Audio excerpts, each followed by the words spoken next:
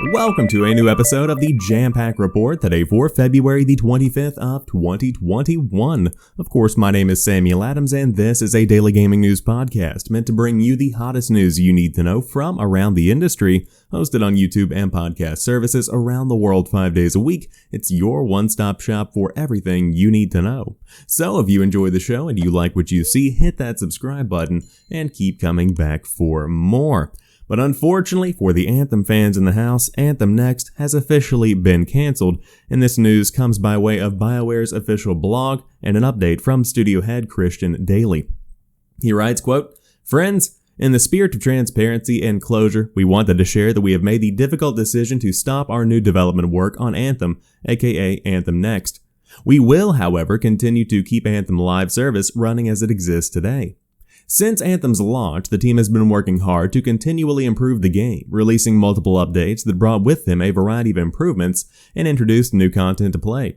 Towards the end of 2019, we expanded on that effort and started working on a more fundamental restructure of the game. During the development, we are provided updates revealing some of the team's work through blog posts and conversations with you on social media, and it's been inspiring for us to see the positive reactions and feedback. I've been incredibly proud of the work the team has been doing and excited to see and play each new build of the experience. 2020 was a year unlike any other, and while we continue to make progress against all our game projects at BioWare, working from home during the pandemic has had an impact on our productivity, and not everything we had planned as a studio before COVID-19 can be accomplished without putting undue stress on our teams. I know this will be disappointing to the community of Anthem players who have been excited to see the improvements we've been working on. It's also disappointing for the team, who are doing brilliant work. And for me personally, Anthem is what brought me to BioWare, and the last 2 years have been some of the most challenging and rewarding experiences of my career. Game development is hard. Decisions like these are not easy. Moving forward, we need to laser focus our efforts as a studio and strengthen the next Dragon Age and Mass Effect titles while continuing to provide quality updates to Star Wars: The Old Republic.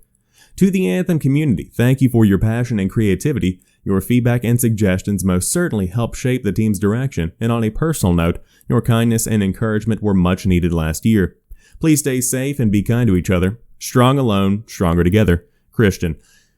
Very unfortunate. And I say this genuinely because Anthem had some good ideas. There is a solid shell of a game there, but I think there was a lot more work that needed to be done to really bring it to that level where it would be a Destiny killer as it was first pitched. I mean, that's the conversation building up to its release, is that this could be BioWare's next big thing. And on release, the game just fell flat. It never really did gain that traction with fans that BioWare was hoping that it would, and so ultimately, this is where we see the story come to a close.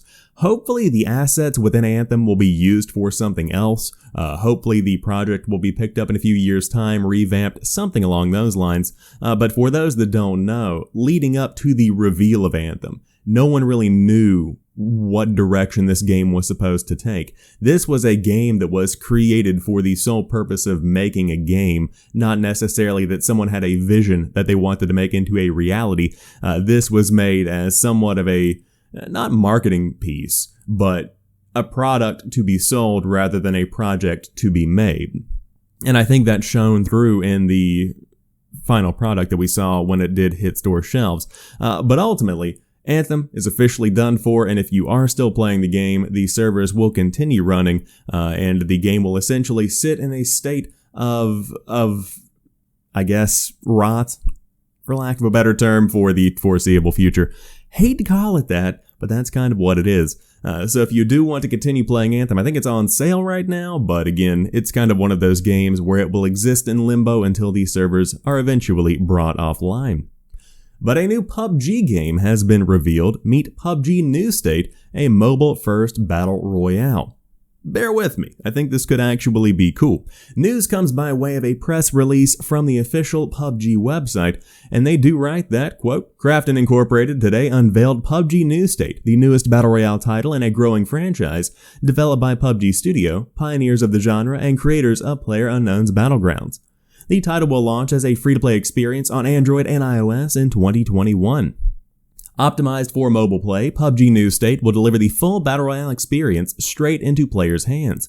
Leveraging and adopting the best-in-class gunplay made popular by the original PUBG game, players can experience the same combat experience that is easy to learn but hard to master. Additionally, thanks to its state-of-the-art global illumination rendering technology, the title features graphics that push the limits of mobile gaming so players can immerse themselves in a Battlegrounds experience that is realistic and intense, but more importantly, stable and smooth. Set in the near future of 2051, years have passed since the original game. Within this backdrop, players will be dropping into a brand new battleground called Troy, where they will have the opportunity to discover how the universe has evolved. Filled with various landmarks that have their own distinct characteristics, players will be able to explore a unique environment that features interactable objects, helping them come up with new ways and strategies to dominate the competition. So there's a trailer out as well, and I must admit, I'm very impressed with what I'm seeing here, because while it is a mobile game, it looks like it's one that has a lot of depth to it, and I think that it could be the next big mobile hit for the Battle Royale space, which is very, very active. There's a lot of people that are playing Battle Royales on the mobile, on the go, and wherever they may be in their day-to-day lives. The first thing you'll notice from the trailer, though, is that this is not an infinite warfare by any stretch of the imagination. This is not throwing itself deeply into the modern combat style situation. Every element of the original PUBG, from what I'm seeing here, has essentially just been reskinned. That's what I'm seeing from New State. That's not necessarily a bad thing because it will feel very familiar to the fan base and players, and it is something that will still have that PUBG mechanic at its core. It's still a PUBG game, and ultimately it's just set in kind of a modern warfare style situation. Not necessarily a bad thing. Again, very cool cosmetics and whatnot will absolutely come from this. So if you do want to pre-register, you can do that right now on Google Play, and pre-registration on iOS does begin shortly, and I'm sure there will be an update. You can follow their official Twitter account for PUBG New State if you did want to dive in and continually receive new updates on the game. But lots to look forward to in the world of PUBG. This is just one of many new projects that are coming from their team. And of course, one is a story-driven kind of experience that is set in the PUBG universe, something that's a little bit experimental, but I'm sure much more is going to come with that in the days ahead. In the meantime, however, you can check out the new games with gold for the month of March 2021 with $64.96 in value and 3,200 gamer score. Not the best month, but there are a couple of standout hits in here. The March Games with Gold lineup is here. On the Xbox One and Xbox Series X and S, become the ultimate mercenary in Warface Breakout and take down the Laminati in Vicious Attack Llama Apocalypse. And for our classic lineup, via backward compatibility, pilot your favorite Metal Slug to take down an enemy menace in Metal Slug 3 and rule the seas from Port-au-Prince to Tortuga in Port Royale 3. Xbox Live Gold members will have exclusive access to these games for a limited time as part of Games with Gold, and of course, so will Xbox Game Pass Ultimate members who receive all of the fantastic benefits of Gold, plus access to over 100 high-quality games with Xbox Game Pass. So again, Warface Breakout is available from March 1st to the 31st, Vicious Attack Llama Apocalypse is available March 16th to April 15th, Metal Slug 3 is available from March 1st to the 15th, and Port Royale 3 is coming March 16th to the 31st. For me, the standout big win here is absolutely Metal Slug 3. I think that's the game that gets me the most excited, but I've been playing Metal Slug in an arcade since I was roughly 7 years old, so it's a game that has a lot of meaning for me. Warface Breakout, I suppose it's a cool first-person shooter. It's one of those that has really yet to prove itself in the grand scheme of things, but hey, since it's been given away for free as part of Games with Gold, you might as well dive in, give it a shot, see if it's something that you might be interested in. Definitely going to be a certain level of jank with that one. You don't go in expecting a Call of Duty, don't go in expecting a Battlefield, but there could be some cool stuff to find within that one. When it comes to Vicious Attack Llama Apocalypse, it looks fine. It's kind of one of those dual thumbstick shooters, a lot of team co-op cooperation. Can be played solo, obviously, but certainly an interesting idea. It's kind of like Dead Nation, but with zombies. Whoever came up with that, or Dead Nation, but with llamas. Sorry, the zombies thing just rolls off the tongue. Metal Slug 3 is a side-scrolling arcade classic, if I'm being quite frank with you. Love Metal Slug.